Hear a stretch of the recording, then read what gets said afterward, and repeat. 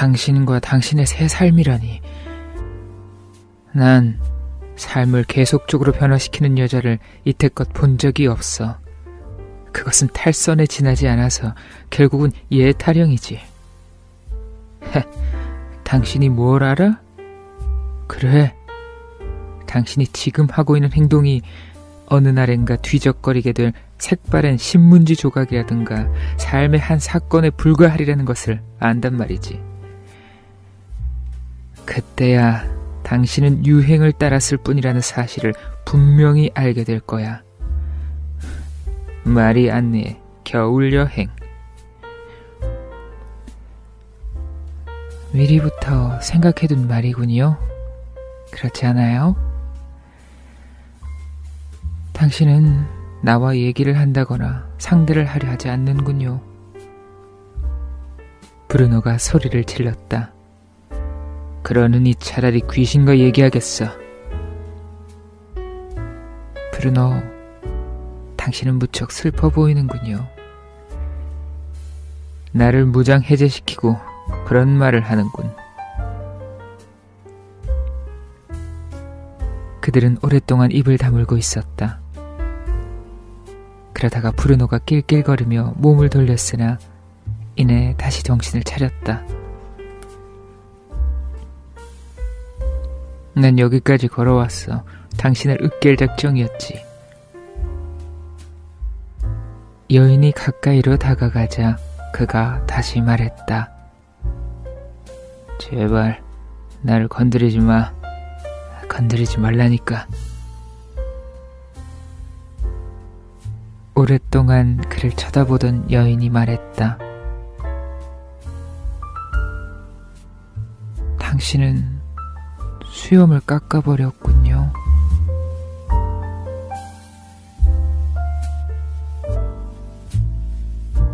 구독, 좋아요, 알림으로 응원해주세요. 어서오세요.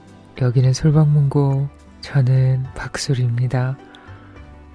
잘 있었어요? 오늘은 페터 한트케의 왼손잡이 여인을 좀 읽어보겠습니다. 지은이는 페터 한트케, 홍경호 님이 옮기셨고요. 버무사에서 출판되었습니다. 페터 한트케는 2019년에 노벨문학상을 받았죠. 오스트리아의 희곡 작가로 유명한 사람입니다. 1966년에 발표된 관객모독이 큰 반향을 불러일으켰었어요. 우리나라에도 이후에도 관객모독은 배우들이 연기를 많이 했었죠.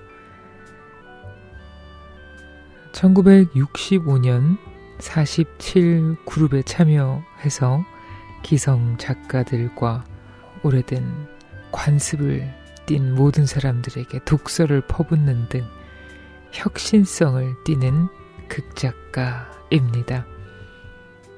시작은 그러했으나 노벨상도 그렇고 많은 논란거리와 이야기거리가 함께하는 작가이기도 하죠. 자, 오늘의 작품 왼손잡이 여인은 정체성에 관한 이야기예요. 별일 없이 지내던 가정주부 마리안느는 어느 날 남편에게 헤어질 것을 통보하죠. 그리고 혼자 서려고 애를 씁니다. 남편은 물론이고 주위 사람들에게도 이해를 받지 못하죠. 그리고 자신 또한 이 변화된 상황에 생경합니다. 외부 상황은 특별한 어떤 사건이 있거나 사고가 있었던 건 아닌데 말이죠. 친한 친구가 그의 아버지를 불렀습니다. 그 대목부터 좀 읽어볼게요. 우리들의 이야기와 책이 있는 곳, 여기는 솔방문고입니다. 밝은 한낮에 프란체스카와 여인은 옷을 두둑히 입고 테라스 앞에서 두 개의 흔들 의자에 앉아 있었다. 그들은 마른 크리스마스 트리를 부수어 불을 지피는 어린애들을 바라보았다. 잠시 후 프란체스카가 말했다. 난 네가 우리들을 찾아올 수 없었던 사실을 이해하겠어. 나 역시 조용한 집에서 살다가 누구를 만나러 가려면 갑자기 사람들과 어울리기 싫어서 죽을 지경이 되는 그런 경험을 여러 번 했거든. 여인은 대꾸했다. 난 네가 하지만 하고 말할 때를 기다리는 중이란다. 나도 전에는 너 같았어. 예를 들어 어떤 날은 갑자기 말을 할 수가 없는 거야. 그럴 때는 쪽지에다 무엇이건 끄적거려 겨우 나 자신과 화해를 했어. 어떤 옷을 입어야 좋을지 몰라서 몇 시간이고 옷장을 열어놓고 울기도 했고, 한 번은 남자친구가 어디론가 걷고 있는데 갑자기 그 자리에서 꼼짝도 못 하겠는 거야. 그가 나를 달랬지. 물론 그때만 해도 훨씬 어리긴 했지만 말이야. 넌 도대체 다른 사람들과 놔두는 행복에 대한 욕구도 없단 말이니? 없어. 난 행복하고 싶지가 않아. 기껏 만족할 뿐이야. 난 행복이 두려워. 난 행복을 견뎌내지 못할 것만 같아. 머릿속에서 말이야. 난 영원히 미치거나 죽고 말 거야. 그렇지 않으면 누군가를 살해할지도 모르지. 넌 일생 동안 혼자서 살아갈 작정이니? 도대체 영과 육을 다 바칠 수 있을 만큼의 진정한 남자를 갖고 싶다는 그런 열망이 없다는 말이니?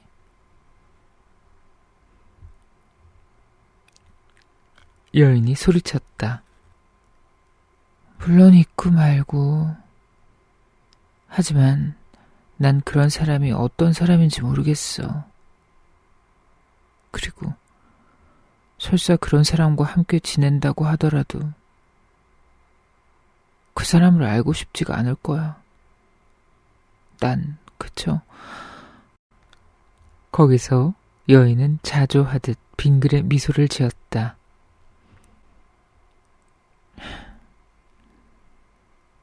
난 그저 사람이 좀 세련되지 않은 사람이면 좋겠어.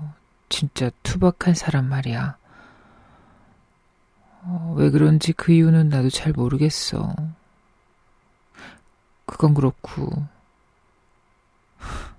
난 사춘기 아가씨 같은 말을 하고 있구나. 투박한 사람에 대한 해석이라면 내가 알지. 너의 아버지가 그런 사람이 아닐까? 너의 아버지는 먼저 번에 왔을 때에도 식탁 너머로 내게 악수를 한다는 게 글쎄 겨자통을 잡는 것이 아니겠어? 여인은 소리내어 웃었고 장난을 치고 있던 아이는 엄마가 이상하다는 듯 바라보았다. 프란치스카가 말을 이었다. 나의 아버지가 오늘 기차로 올 거야. 전보를 쳐서 좀 와달라고 부탁했거든. 네가 역으로 마중을 나왔으면 할 거다. 잠시 후 여인이 말했다.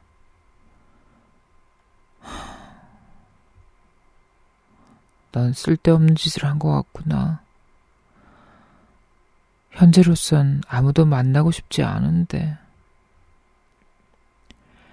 사람들과 어울려야 아무런 소득도 없다니까.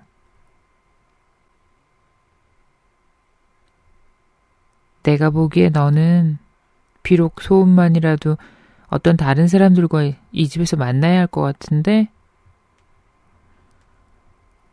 프란체스카는 여인의 팔을 잡았다.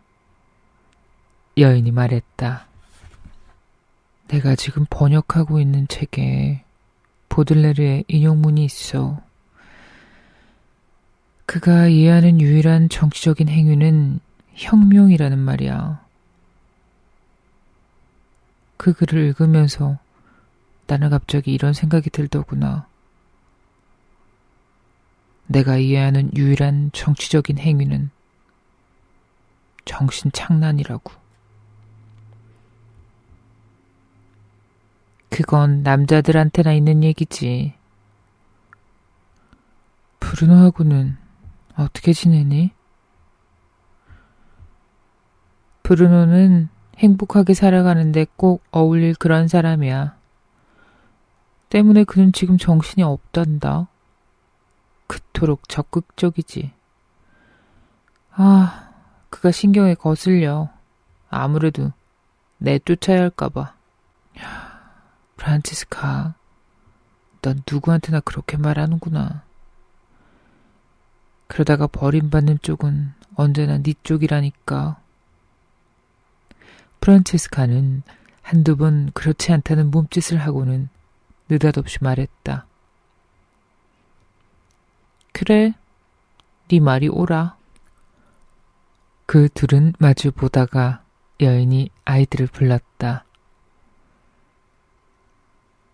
아이들은 그동안 무슨 원수나 진 듯이 등을 돌리고 서 있었는데 뚱부는 몹시 슬픈 표정이었다. 얘들아, 오늘은 싸우지 말아라. 뚱보가 이젠 살았다는 듯 빙그레 웃었고 두 아이는 비록 고개는 여전히 떨구었지만 그래도 빙 돌아서 서로에게 다가갔다.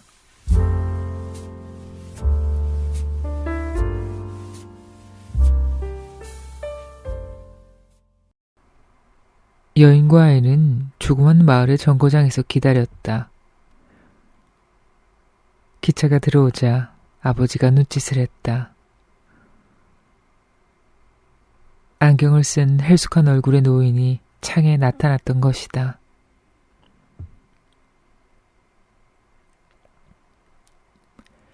노인은 10년 전까지만 해도 꽤나 성공을 거둔 작가였으나 지금은 신문에 잡문 따위나 쓰며 그럭저럭 살아가고 있었다. 그가 기차에서 내리며 문을 열지 못하자 여인이 밖에서 문을 열고 부축했다. 그들은 잠시 상대방을 자세히 바라보다가 결국 반가워했다. 아버지는 사방을 휘둘러 보다가 입술을 문지르곤 기차에서 금속 냄새가 묻어 손에서도 냄새가 난다고 말했다. 집에 도착하자 노인과 아이는 방바닥에 앉았다. 아이는 선물을 찾으려고 여행 가방을 뒤지느라 정신이 없었다.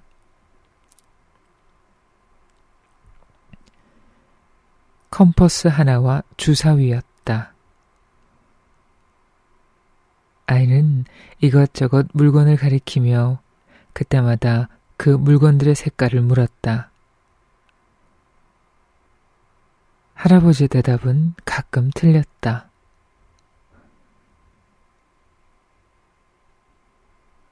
할아버지는 여전히 생명이세요?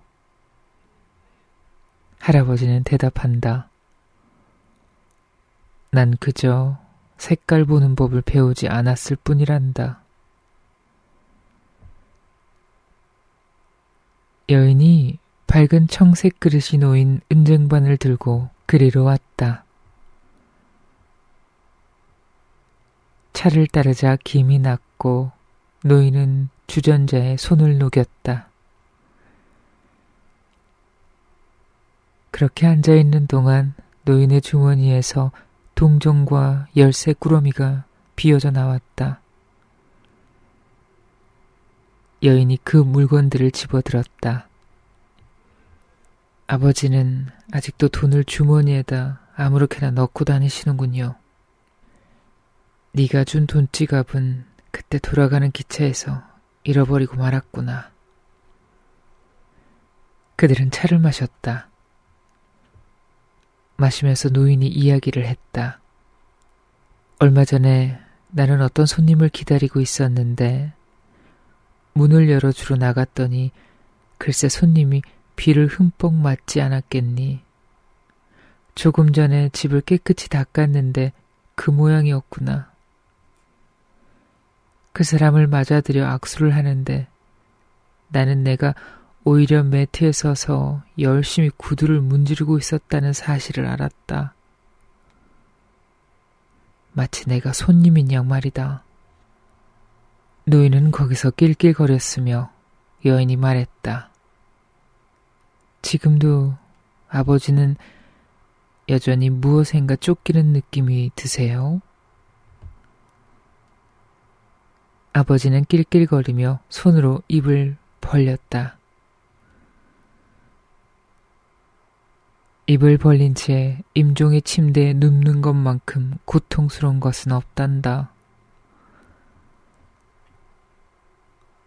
노인은 차를 꿀꺽하고 마셨다.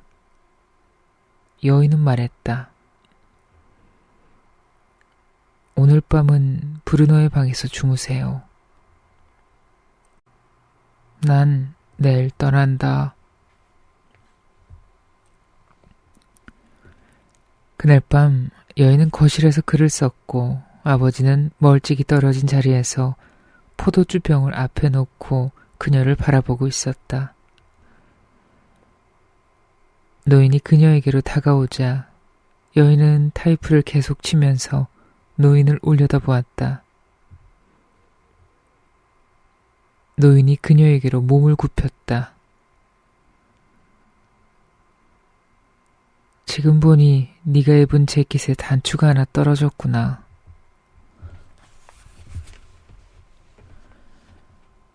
여인은 재킷을 벗어서 아버지에게 주었다. 그녀가 타이프를 계속 치는 동안 노인은 호텔용 반지꼬리에서 바늘과 실을 꺼내 단추를 달았다. 그가 다시 여인을 바라보았다. 여인은 그걸 눈치채고 왜 그러느냐고 물었다. 노인은 미안하다면서 말했다. 너 참 예뻐졌구나, 마리안네야. 그러고는 노인은 빙그레 웃었다. 그녀는 일을 끝내고 약간 퇴고를 했다. 아버지가 새 술병을 따려고 했으나 잘 따지지 않았으므로 여인이 도와주었다. 노인은 여인에게 줄 술잔을 가지러 부엌으로 갔다. 여인은 아버지를 불러서 술잔이 있는 곳을 설명해 주었다.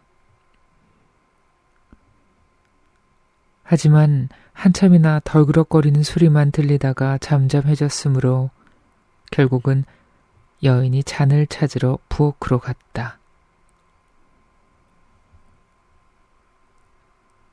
그들은 마주 앉아 포도주를 마셨다.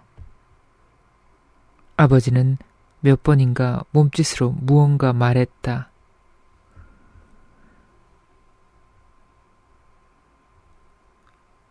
말로 해보세요. 그래서 오셨나요? 그렇지 않으면 아버지는 또다시 몸짓을 해보다가 이내 그만두었다. 잠시 산책이나 하지 않겠니? 아버지는 여러 곳을 가리켜 보이고는 말했다. 넌 어릴 때 나와 절대 산책을 하려 하지 않았지.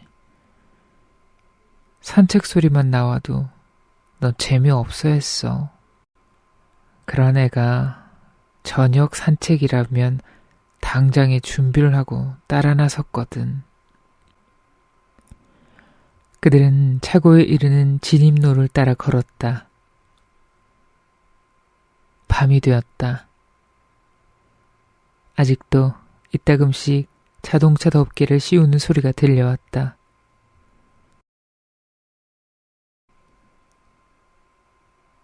그들은 전화 박스가 있는 방향으로 걸어갔다. 박스 앞에 이르자 아버지가 말했다.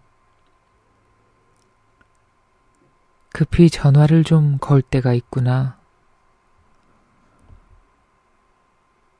집에서 걸었으면 됐을 텐데요. 애인이 기다리고 있단 말이다. 아버지는 그 말만 하고 벌써 박스 안으로 들어가고 말았다. 그는 알아들을 수 없는 목소리로 별의별 몸짓을 해가면서 무늬가 있는 유리 뒤에서 전화를 했다. 그들은 잠들어 조용한 단지를 벗어나 언덕 쪽으로 걸어갔다. 단지에서는 단 한 번 변기를 내리는 물소리가 들렸을 뿐이었다. 애인이라는 분이 도대체 뭐라고 했어요? 하고 여인이 물었다. 그 여자는 내가 벌써 약을 먹었는지 그걸 알려고 했다. 지난해 그 여잔가요? 지금 여자도 지난해의 여자처럼 다른 도시에 살고 있단다. 아버지는 몇 가지 몸짓을 해보였다. 그들은 숲이 시작되는 단지 위쪽을 지나쳤다.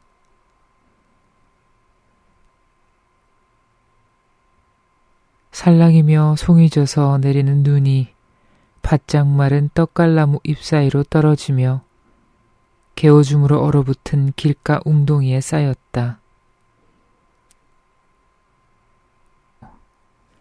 그들은 걸음을 멈추고 평지에 켜진 불빛들을 내려다보았다. 그들 발밑으로 전개된 성냥갑 같은 집들 가운데 어느 집에선가 피아노 소리가 흘러나왔다. 엘리제를 위하여가.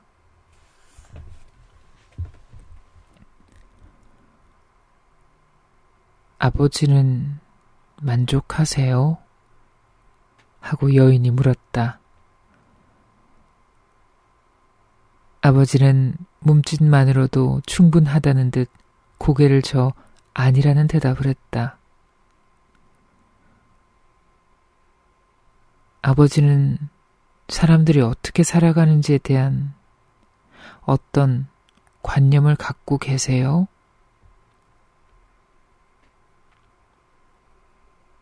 그 말은 그만두자꾸나. 그들은 숲을 따라서 계속 걸었다. 여인은 가끔 얼굴을 쳐들었는데 그때마다 얼굴에 눈이 떨어져 내렸다. 그녀는 아무런 움직임도 없는 숲속을 들여다보았다.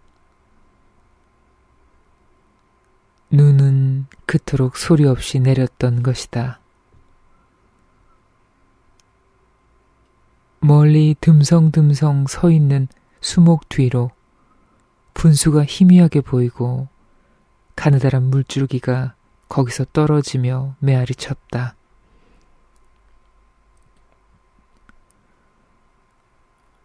아버지는 지금도 글을 쓰세요? 아버지는 웃었다. 넌 내가 죽는 날까지 글을 계속 쓰려는지 그걸 묻고 싶은 게지. 그렇지 않으냐? 거기서 그는 여인에게로 몸을 돌렸다. 난 아무래도 언제부터인가 삶의 방향을 잘못 잡기 시작한 것만 같구나. 그렇다고 그걸 전쟁이나 어떤 다른 외적 상황 탓으로 돌리지는 않겠다. 어떤 때는 쓴다는 것도 구실처럼 생각될 때가 많단다. 물론 그렇지 않을 때도 있지만 말이야. 나는 너무 오래 혼자서 지냈기 때문에 밤에 잠자리에 들기 전에도 생각해 볼 사람도 없는 거야. 낮에 아무와도 접촉을 하지 않았기 때문이지. 도대체 생각해 볼 사람도 없는데 어떻게 글을 쓰겠니? 내가 그 여자를 만나는 것도 말하자면 그때그때의 상황에 따라서 나 자신을 찾아보고자 해서야.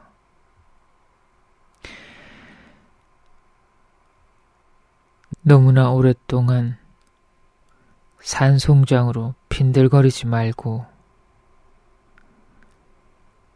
아버지는 다시 낄낄거렸다.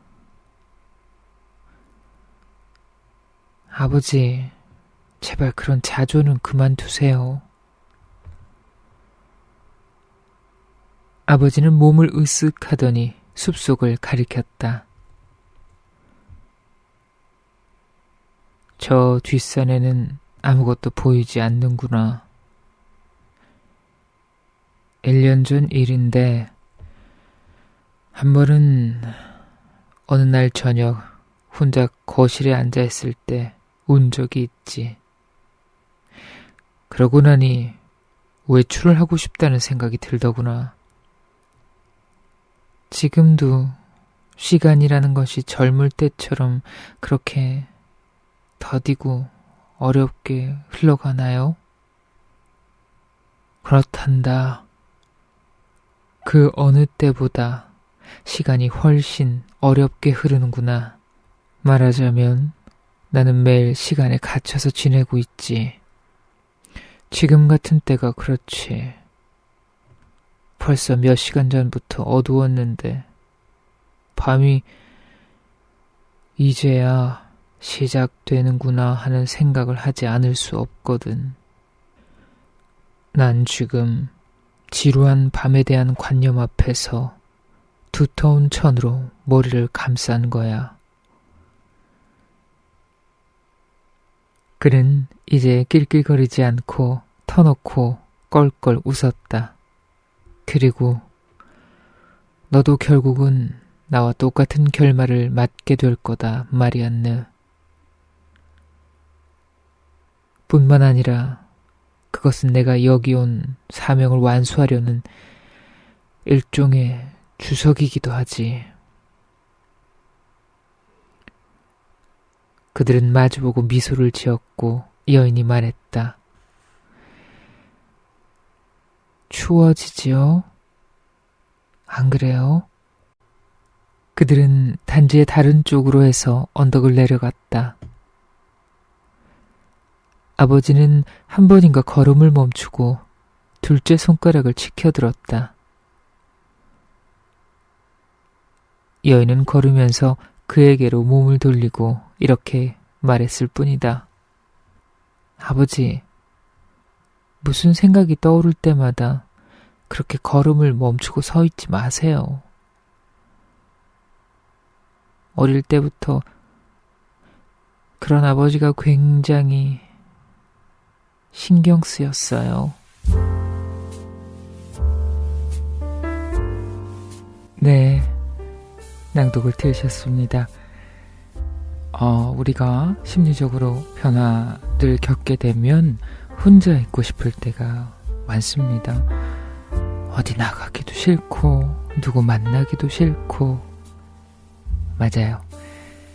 주인공 마리안네의 마음을 깊이 이해하고 동감하게 되네요. 정체성을 바라보는 자세를 아버지의 말 속에서 팁을 얻기도 했어요. 이 정도 나이 되면은 흔들리고 그런 거 없을 줄 알았는데 그렇지 않아요. 그죠? 아마 눈 감는 직전까지 그러지 않을까 싶은데 평생 흔들리고 또 미세하게 변하는 것이 정체성이네요. 늘 가지고 있던 고정관념도 깨집니다. 혼자만의 시간을 가지고 나서 사람들 속에 있는 것과 그런 시간 없이 사람들 속에 있는 것은 많이 다를 것 같긴 해요. 소설의 마지막 장면에서 그 생각 많이 했습니다. 내면에 뭔가가 단단하게 차있는 마리안네의 모습을 전 느꼈거든요. 오늘도 책 읽었습니다. 변화를 너무 두려워하지 말자고요. 내면에서 올라오는 이유 없는, 알 수 없는 변화도 우리가 한번 겪어내보고, 또 사실은 외부적으로 의도치 않게 내가 타의로 겪어야 되는 변화가 더 많기는 한데, 그것 또한 두려워하거나 회피하려고 하지 말고 일단 바라봅시다. 그리고 내 속도로, 내 스타일로 이것도 겪어보죠 뭐. 또 다른 방법이 없으니까. 자, 오늘은 여기까지고요. 다음 이 시간에 또 다른 책 들고 돌아오겠습니다. 다시 또 만나요, 친구들. 안녕.